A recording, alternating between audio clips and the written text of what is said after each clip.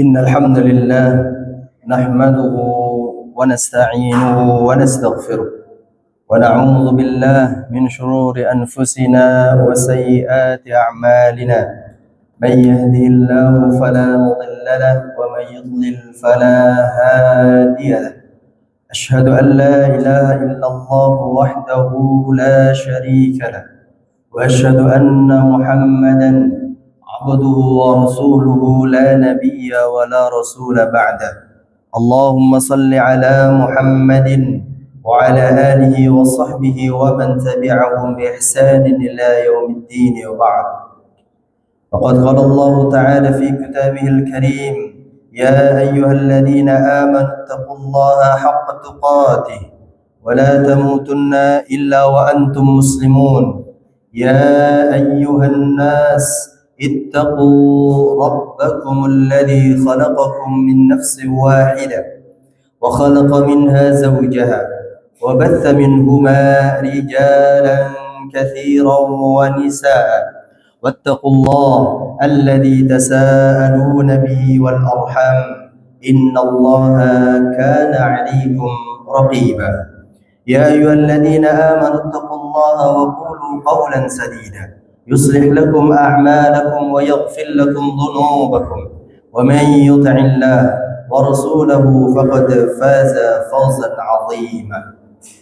أما بعد فإن أصدق الحديث كتاب الله وخير الهدي هدي محمد صلى الله عليه وسلم وشر الأمور محدثاتها وكل محدثة في الدين بدعة وكل بدعة ضلالة وكل ضلالة في النار. Ma'asyiral muslimin rahimani wa rahimakumullah. Sungguh keberuntungan bagi kita orang-orang yang senantiasa memenuhi panggilan-panggilan Allah. Allah Subhanahu wa taala senantiasa berfirman, "Ya ayyuhalladzina amanu idza nudiya lis-shalah min yaumil jum'ah fas'au ila dzikrillah wa dharul bay'." Wahai orang-orang yang beriman, apabila telah diserukan kepada kalian untuk salat Jumat, maka bersegeralah untuk mendengarkan dan mendatangi panggilan Allah tersebut. Dzalikum khairul lakum in kuntum ta'lamun. Maka hal tersebut, kata Allah, adalah yang terbaik buat kalian jika kalian mengetahui. Maka kita bersyukur kepada Allah Azza wa Jalla yang senantiasa memberikan kepada kita kemudahan-kemudahan untuk melakukan amal-amal saleh, amal yang senantiasa dapat menghidupkan hati kita. Kaum muslimin rahimani wa rahimakumullah, sebagaimana kita ketahui, ketika kita ataupun salah satu dari anggota badan kita yaitu merasakan sakit atau terkena penyakit, maka sesungguhnya hampir seluruh dari anggota badan kita merasakan hal tersebut.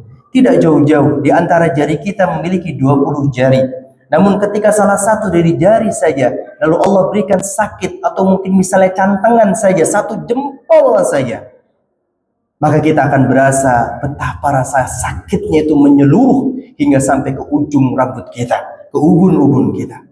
Maka kaum muslimin rahimani wa rahimakumullah, demikian seandainya juga kuku jari kita tergencet oleh sesuatu, maka kita akan merasakan sakit yang luar biasa.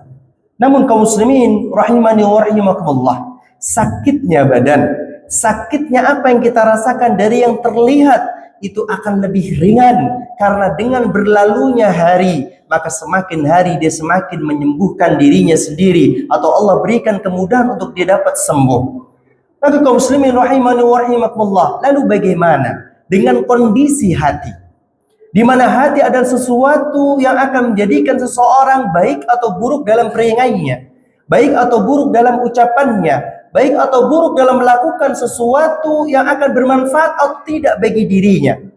Maka sudah sewajarnya jika Nabi Shallallahu Alaihi Wasallam senantiasa memberikan peringatan kepada kita, memberitahukan bahwasanya ada satu di mana gumpalan darah yang akan menjadi sesuatu itu baik, maka akan baik pula amalnya. Dan ada sesuatu tersebut apabila buruk hal tersebut, maka akan buruk seluruh amalnya.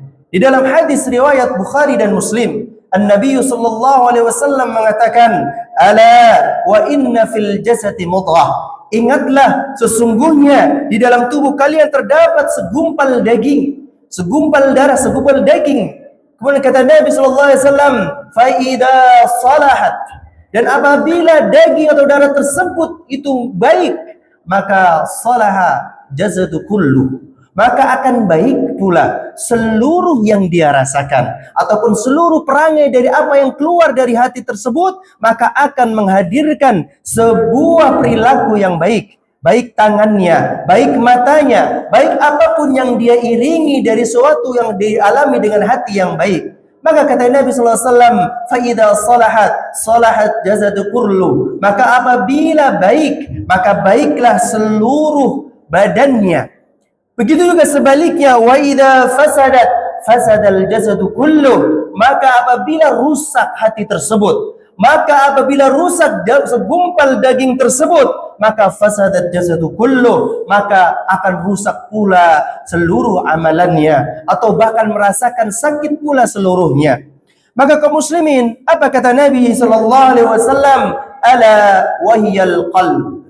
Dan Nabi sallallahu alaihi wasallam mengabarkan bahwasanya hal tersebut, benda tersebut yang akan menjadikan kita baik atau buruknya perangai kita, yaitu adalah hati kita.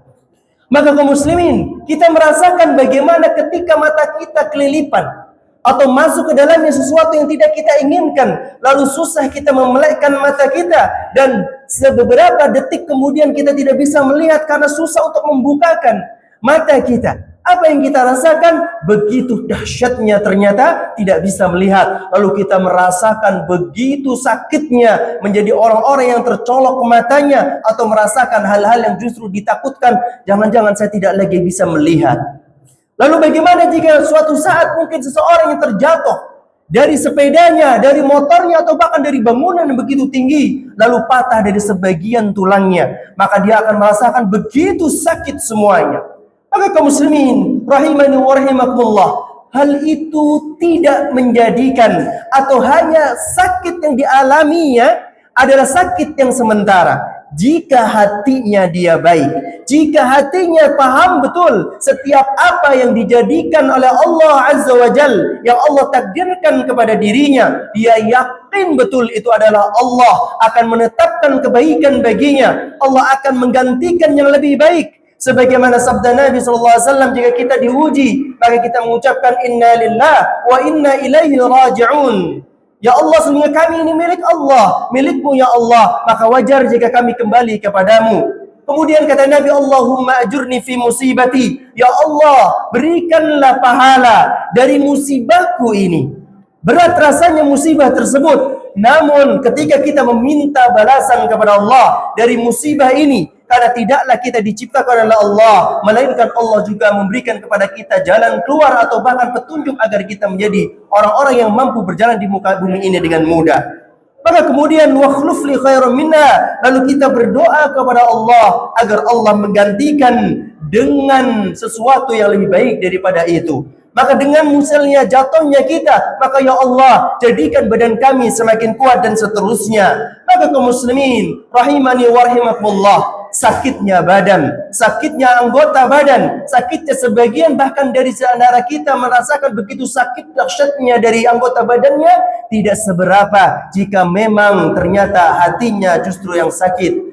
Karena sesungguhnya hati yang baik adalah salah satu syarat utama agar kita mampu memasuki surga Allah dengan kondisi yang baik. Di mana Allah Subhanahu wa taala berfirman di dalam surat Asy-Syu'ara, "Yauma la yanfa'u malun wa la banun illa man atallah biqalbin salim." Tidak ada lagi di hari di situ di manfaat antara anak ataupun yang dia miliki. Yauma la yanfa'u malun wa la banun, tidak bermanfaat lagi mal, harta kita.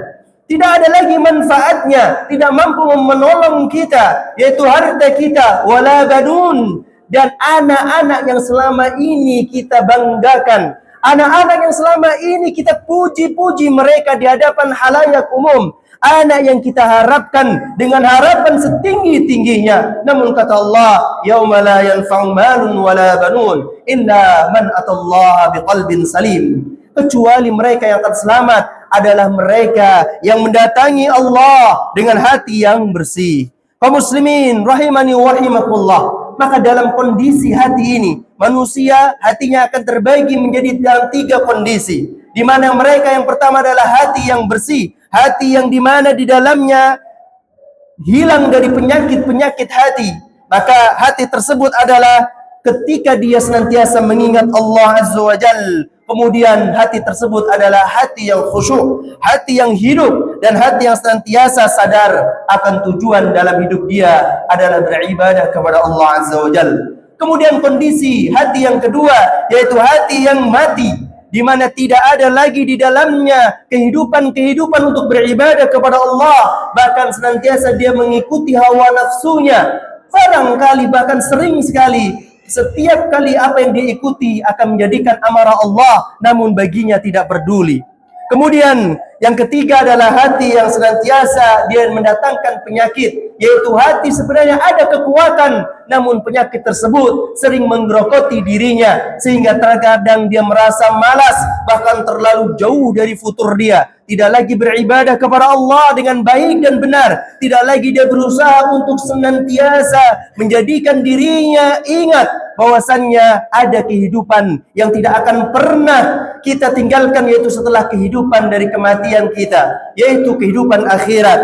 Kaum muslimin rahimani wa rahimakumullah, maka ada beberapa faktor yang menjadikan hati tersebut mati ataupun hati itu tersebut hidup. Maka di antara hidupnya hati adalah ketika dia bergegas senantiasa menghadap Allah Azza wa Jal, membaca kitabnya dengan merenunginya dan menyibukkan diri berzikir kepada Allah. Bukankah kita pernah mendengar ayat Allah Azza wa Jal yang dimana Allah Subhanahu wa taala berfirman, alladzina amanu wa tatma'innu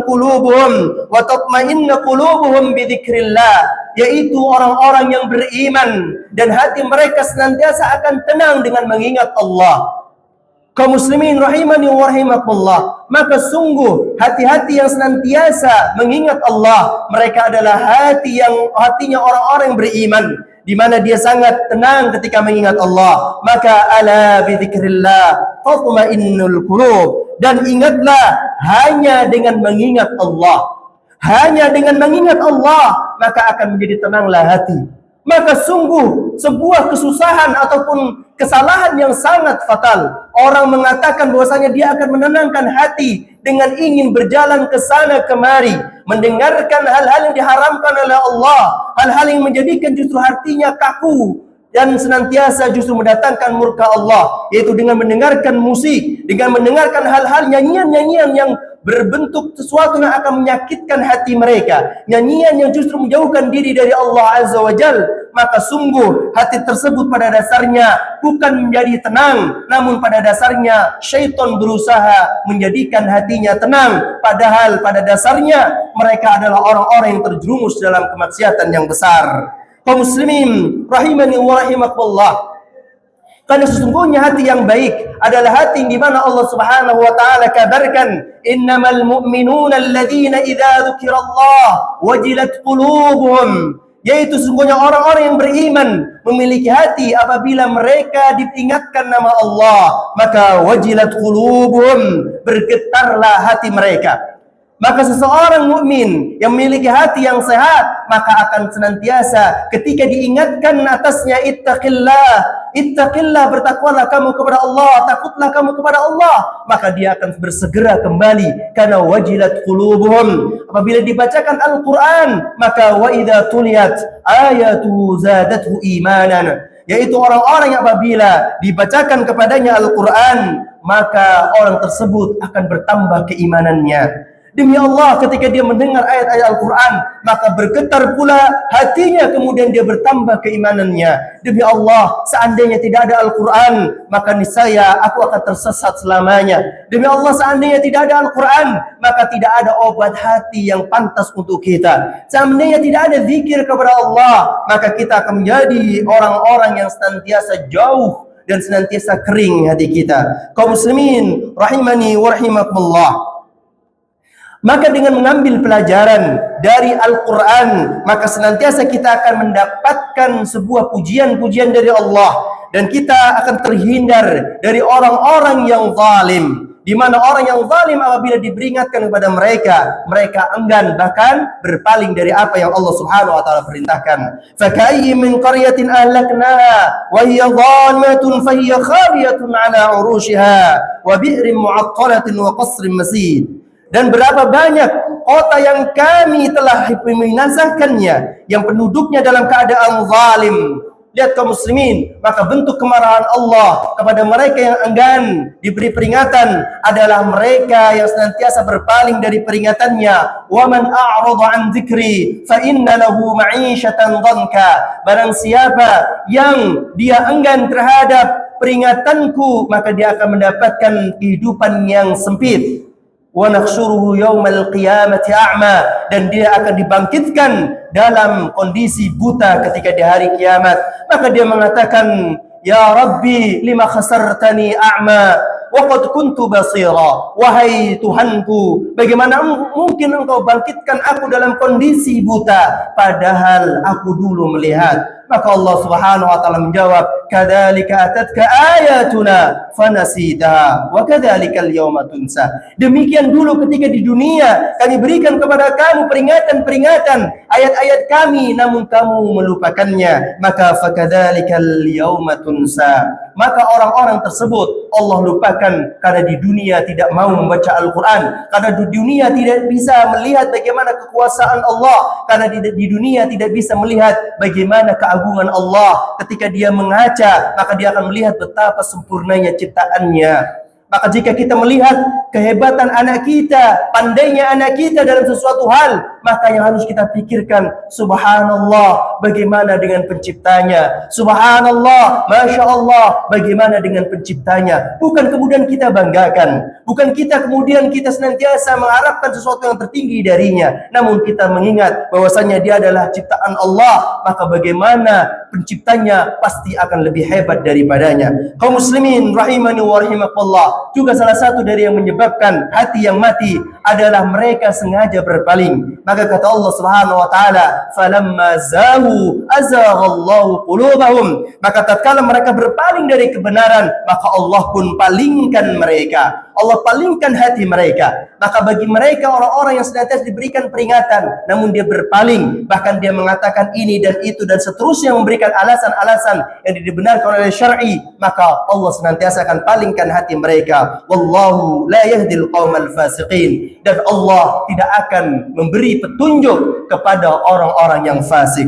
Kaum muslimin rahimani wa rahimakumullah, maka hati yang sakit salah satu sebabnya yaitu memakan makanan yang haram. Sebab makanan yang tak halal tidak memberikan kepada kita kecuali keburukan saja. Bukankah Nabi SAW telah bersabda, ma nabatat min lahmin min sukhtin fannaru awla biha. Tidaklah sebuah daging yang tumbuh dari sesuatu yang haram, dari sesuatu yang buruk, maka neraka adalah tempat yang paling tepat untuk mereka. Maka kaum muslimin rahimani wa rahimakumullah, maka hendaknya kita jauhi dari hal-hal yang haram, memakan makanan yang haram, memakan makanan yang dapat menjadikan daging-daging kita ini hanya diberikan kepada neraka. Tidak mungkin dalam berbentuk sesuatu mungkin nasi halal, namun cara menyampaikannya atau cara didapatkannya, dia dapatkan dengan sesuatu yang haram. Kaum muslimin rahimani wa rahimakumullah, dan kita ketahui betapa mirisnya di zaman sekarang. Kita sering mendapati orang-orang di sekeliling kita bahkan merasa bangga dengan dia mengatakan, yang halal aja susah, yang haram saja susah, bagaimana yang halal? Maka kemudian dia berpaling ataupun dia senantiasa berargumen dengan kondisi yang demikian, yang haram pun susah, bagaimana dengan yang halal? Ini adalah bentuk-bentuk sebuah kejahilan yang bahkan ini adalah tipu daya syaitan agar mereka merasa ada yang membela, agar mereka merasa ada yang mendukungnya, agar mereka menjadikan seolah-olah amalan itu dibenarkan oleh Allah Azza wa Jalla. Di antara sebab lain dari hati yang sakit adalah berbuat maksiat. Karena kemaksiatan akan membekas di hati dan membuatnya sakit, seperti dalam hadis Nabi bahwasannya bila seorang hamba berbuat dosa akan digoreskan nuqtah, satu kotoran, satu titik dan seterusnya. Maka kaum muslimin, maka hendaklah tinggalkan keburukan-keburukan, tinggalkan hal-hal yang dapat menjadikan kita akan menjadi orang-orang yang senantiasa kotor hatinya. Maka minimal dalam seharian kita senantiasa beristighfar kepada Allah Azza wa Jal, yaitu senantiasa kita mengucapkan kalimat astaghfirullah wa atubu ilaih. Karena sungguhnya Nabi SAW senantiasa beristighfar fi yaumin mi'ata marrat, lebih dari 100 kali. Kaum muslimin rahimani wa rahimakumullah, maka di antara penyebab yang lain agar tidak mati hati kita atau penyebab matinya hati kita adalah mata yang senantiasa jelalatan, tidak mau melihat kecuali sesuatu yang haram. Dia melihat hal semua yang haram dilihat oleh dia. Maka sungguhnya Allah Subhanahu wa taala berfirman, "Qul lil mu'minina yaghudduna min absarihinna wa yahfadhu furujahum." Katakan wahai Muhammad kepada orang-orang mukmin, hendaklah dia menundukkan pandangannya dari hal-hal yang haram, menundukkan pandangannya dari hal-hal yang menjadikan dia bersemangat untuk melakukan hal yang diberinci oleh Allah Subhanahu wa taala. Aqulu qawli hadza wa astaghfirullah li wa lakum wa lisairil muslimin min kulli dhanbin fastaghfiruh innahu wal ghafurur rahim.